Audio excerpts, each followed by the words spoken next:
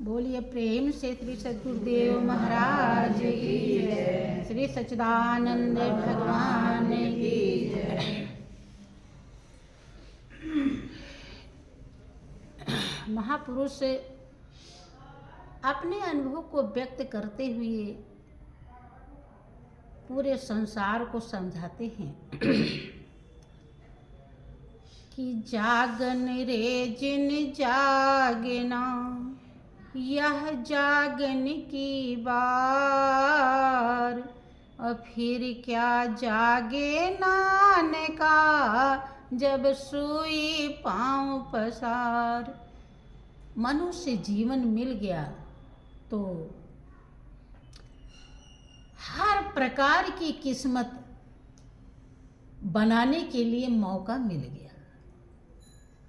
जो जन्म जन्मांतर से हम सोए थे मोह रूपी निद्रा में, अब मोह से जगने के लिए, अपने पराये की पहचान करने के लिए, हित अनहित समझने के लिए, उचित अनुचित का ज्ञान पाने के लिए मौका मिल गया है। कोई प्रेमी भक्त अपने अनुभव को व्यक्त करता है। प्रेमी भक्त क्या ब्रह्मानंद जी क्या कहते हैं कि जाग मुसाफिर क्या सुख सोवे, आखिर तुझको जाना है रे। जाग मुसाफिर क्या सुख सोवे, आखिर तुझको जाना है। आखिर तुझको जाना है रे, आखिर तुझको जाना है रे, आखिर तुझको जाना है रे, आखिर तुझको जाना है रे। जाग मुसाफिर क्या सुख सोवे, आखिर तुझको जाना है। जाग मुसाफिर क्या सुख सोवे, आखिर तुझको जाना है। इस सराय में रहन न पावे, क्या राजा क्या राना है रे। इस सराय में रहन न पावे, क्या राजा क्या राना है रे। काहे पैर फैलावे मूरख, घड़ी पलक ठहराना है रे। काहे पैर फैलावे मूरख, घड़ी पलक ठहराना है रे। काहे पैर फैलावे मूरख, घड़ी पलक ठहराना है रे। कहते हैं ब्रह्मानंद जी कि जब जाना ही है तो इतना निश्चिंत होकर के क्यों सो रहे। कहीं भी आपको जब जाना होता है,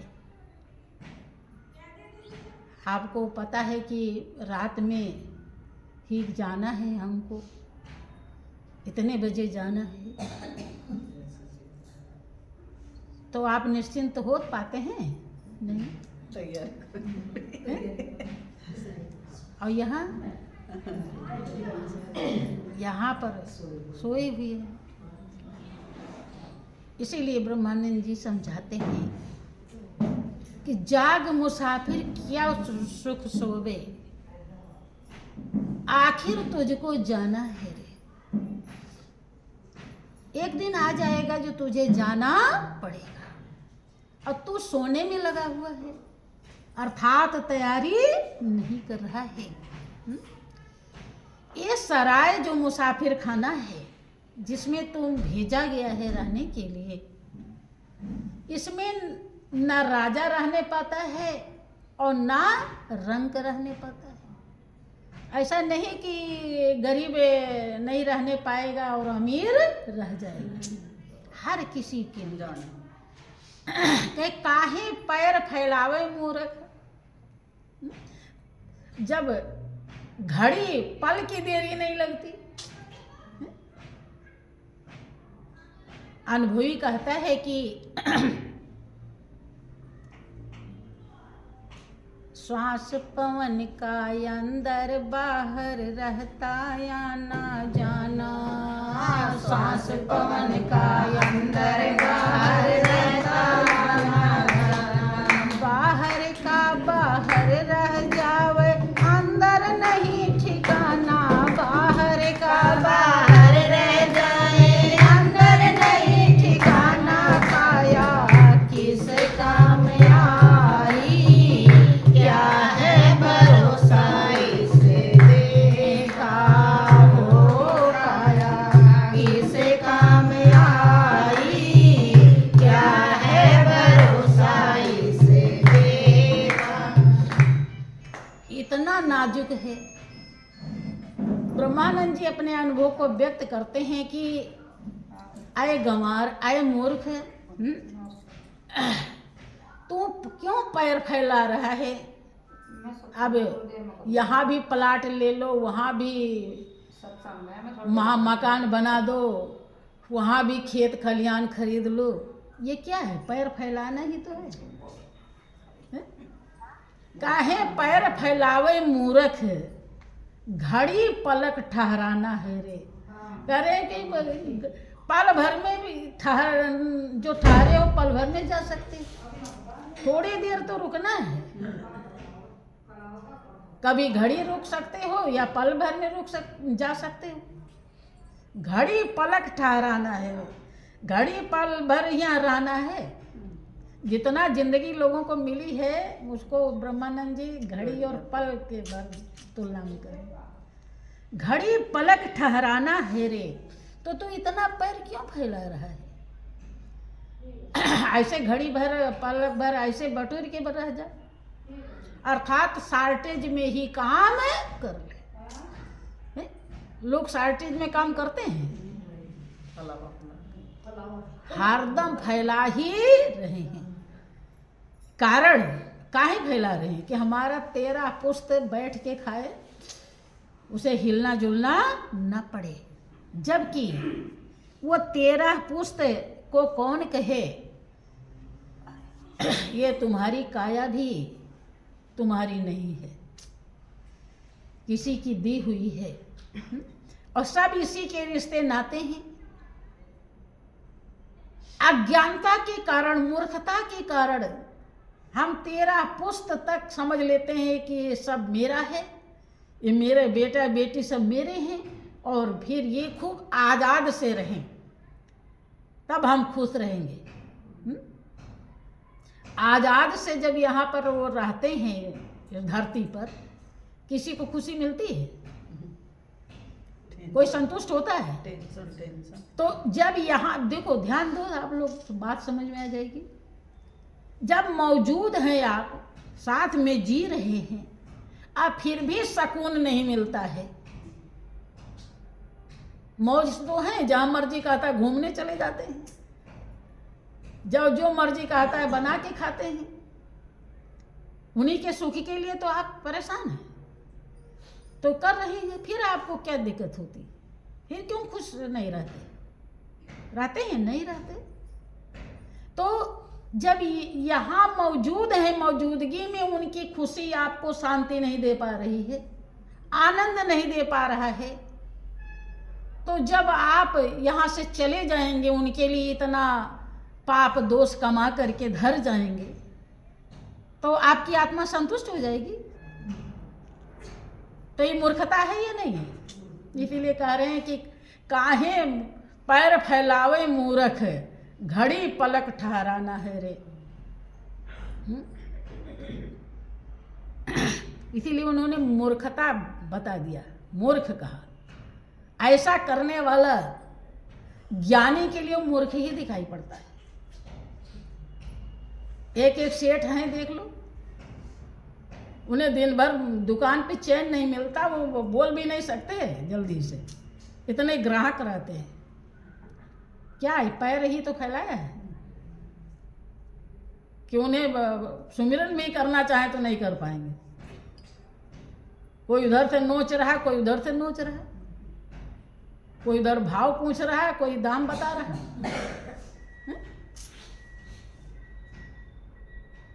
यही है। और आ जाए बुलावा तो सब छोड़ छाड़ के चले जाएंगे कि नहीं? हाँ, फिर एक पल भी रुकने का नहीं।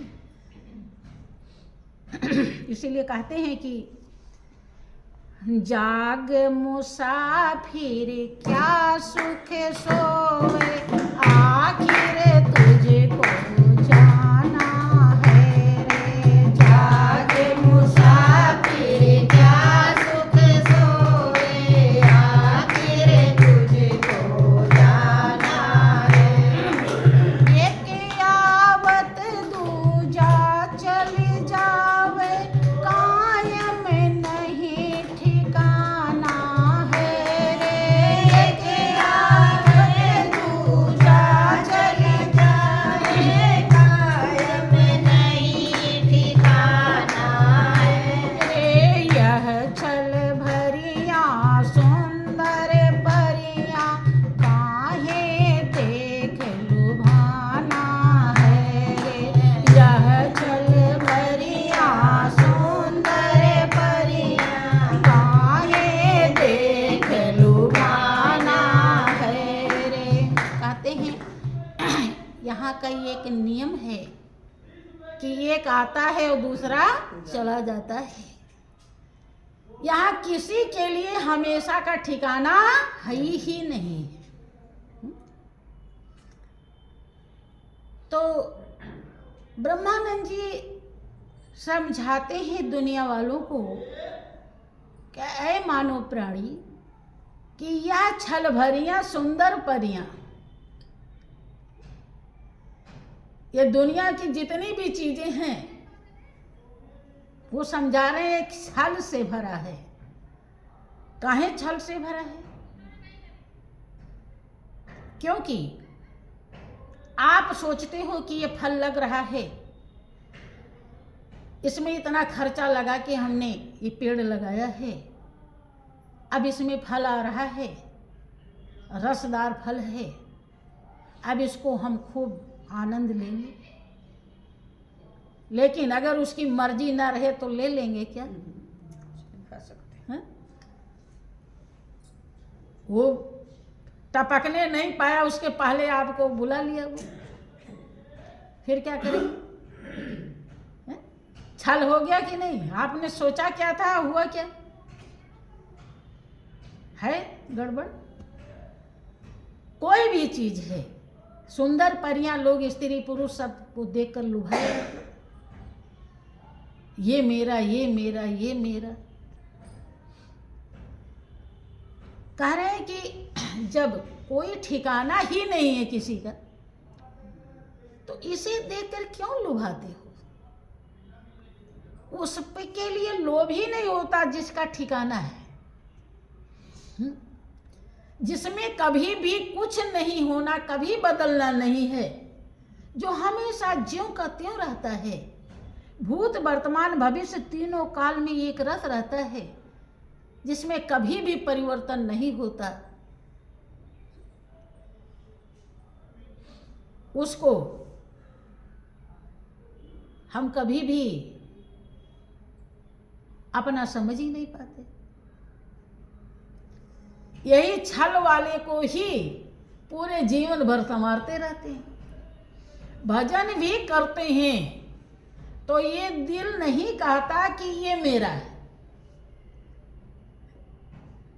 अब जितने लोग बैठे हैं, शायद कोई ऐसा इसमें होगा कि जिसका दिल कहता हो कि इसके अलावा और कुछ भी मेरा नहीं है।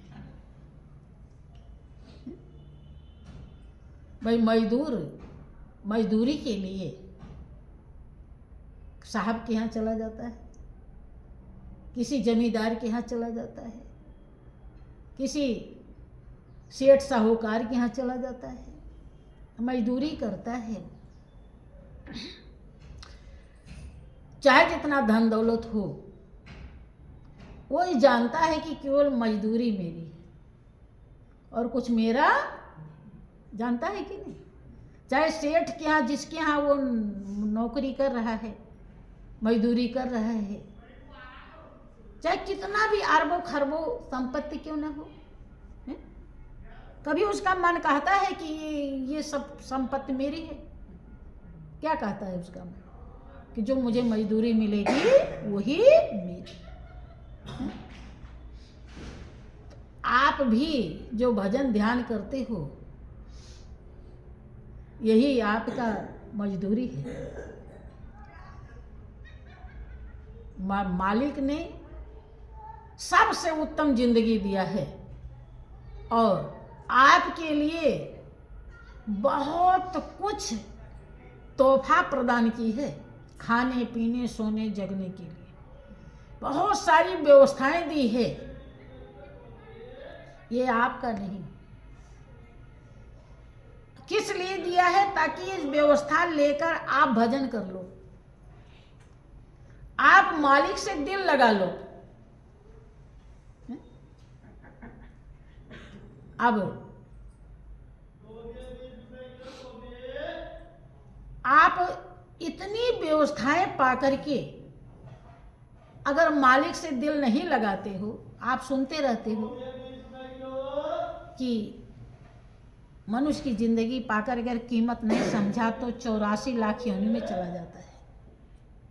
तो ये वास्तविकता है। एक बार उसने मौका दिया है और उसमें भी गुरु महाराज जी को भेज दिया समझाने के लिए, संत को भेज दिया। तो थोड़ी कृपा नहीं, बहुत बड़ी कृपा की है। और फिर भी वही छल भरियां सुंदर परियां वही देख कर लुभा रहे हैं। अपने दिल से पूछा करिए कि ये जो दुनियादारी की जितनी भी चीजें हैं, हमारे मन में इसका महत्व है कि जो गुरु महाराज जी ने अनमोल रत्न दिया है उसका महत्व है? किसका है? अपने मन से पूछा करिए कि अगर कोई ऐसा मौका आ जाए कि दोनों में से कौन छोड़ना पड़ेगा तो हम किसको छोड़ेंगे? हैं? ऐसा कोई मौका आ जाए कि दोनों में से क्या छोड़ना है, हैं? तो किसको छोड़ेंगे? ज्ञान को कि दुनिया को? हैं? धीरे धीरे, इतना धीरे से ना बोलिए कि ताकि सुनाई ना पड़े, जोर से बोलिए। दुनिया छोड़ेंगे, छोड़ देंगे, मतलब गुरु को नहीं कभी छोड़ेंगे। अब तक जो जिंदगी है, ये तो बहुत अच्छी बात।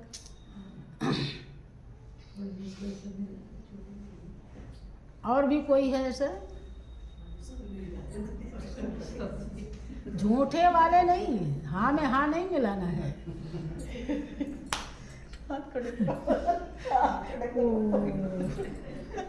जो मास्टर साहब की तरफ कहाँ देख रही? श्री सच्चिदानंद भगवान की जय। वास्तव में ऐसा ही होना चाहिए। देखें, देवी भागवत में देवी ने अपने पिता हिमालय को जब ज्ञान दिया तो उन्हें समझाया है कि पर्वतराज, जिस प्रेमी भक्त का भाव जितना जैसा देव में होता है, परमात्मा में होता है, ऐसे ही गुरु में होता है, तो उस महान आत्मा का ज्ञान प्रकाशित होता है। अगर ऐसा भाव प्रकाशित, जिसका भी भाव ज्ञान प्रकाशित नहीं हुआ, विकास नहीं हुआ, जो गुरु तत्व को थोड़ा भी नहीं समझ पाया, उसका यही कारण है। जब तक हम गुरु महाराज जी को ऐसा तैसा ही समझते हैं, कुछ से कुछ समझते हैं, तो हमें कुछ से कुछ ही प्राप्त होता है। कभी भी हम सच्चाई को हासिल नहीं कर सकते। वो साफ अपने अनुभव को बताती हैं। देवी की पूजा करने वाले बहुत हैं, लेकिन देवी की बात नहीं मानते। उसी गुरु भक्त का कल्याण होता है। जो सूरज टरे चंद्र टरे टरे जगत व्यवहार, पै दृढ़ श्री हरिश्चंद्र को टरे न सत्य विचार। जिसने जीवन गुरु चरणों में अर्पण कर दिया तो कर दिया, अब पीछे हटना नहीं है। किसी ने कहा है कि मुझे रास आ गया है तेरे दर पे सर झुकाना, मुझे रास आ गया है तेरे दर पे सर झुकाना। तुझे मिल गया पुजारी, मुझे मिल गया ठिकाना, तुझे मिल गया पुजारी, मुझे मिल गया ठिकाना। ये सर वो सर नहीं है जो चढ़ गया कदम पर, ये सर वो सर नहीं है जो चढ़ गया कदम पर, फिर आता नहीं उठाना, फिर आता नहीं उठाना। मुझे रास आ गया है तेरे दर पे सर झुकाना, मुझे रास आ गया है। हाँ, रास किसी बिरले को आता है। रास लोगों को खेती बाड़ी, घर गृहस्थी, खान पान, नात रिश्तेदार, हित मित्र सब में आता है। लेकिन जितना इन सब में रास आ रहा है, ऐसा ही रास अगर गुरु चरणों में आ जाए तो उसका बेड़ा पार अवश्य हो जाएगा। इसमें कोई लेकिन की गुंजाइश नहीं। लेकिन यहाँ बहुत किसी किसी को तो कुछ जन्म ऐसे बीत जाते हैं फॉर्मेलिटी में, उसे रास आता ही नहीं। रास आना बहुत बड़ी बात है। और जिसे रास आया फिर उसके लिए दूसरा कुछ दिखाई नहीं पड़ता।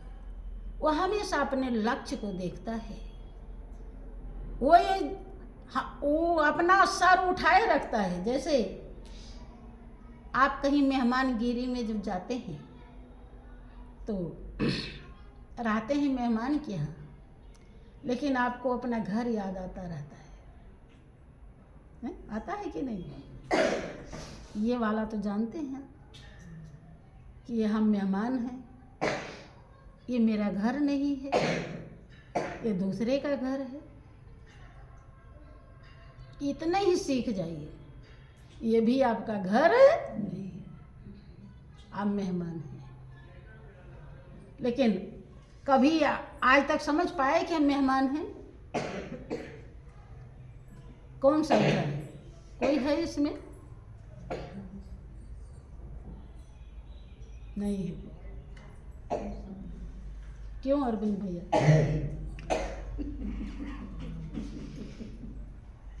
चलो अच्छा। समझना पड़ेगा, चाहे आज समझिए चाहे 50 जन्म बाद समझ लेना, समझना पड़ेगा। यही रास्ता है और दूसरा कोई रास्ता ही नहीं। महापुरुष इसीलिए कहते हैं कि ये है दुनिया बड़ी खूबसूरत, जिसकी रहती है तुमको जरूरत। ये है दुनिया बड़ी खूबसूरत, जिसकी रहती है तुमको जरूरत। पर ये माया की मोहनी मूरत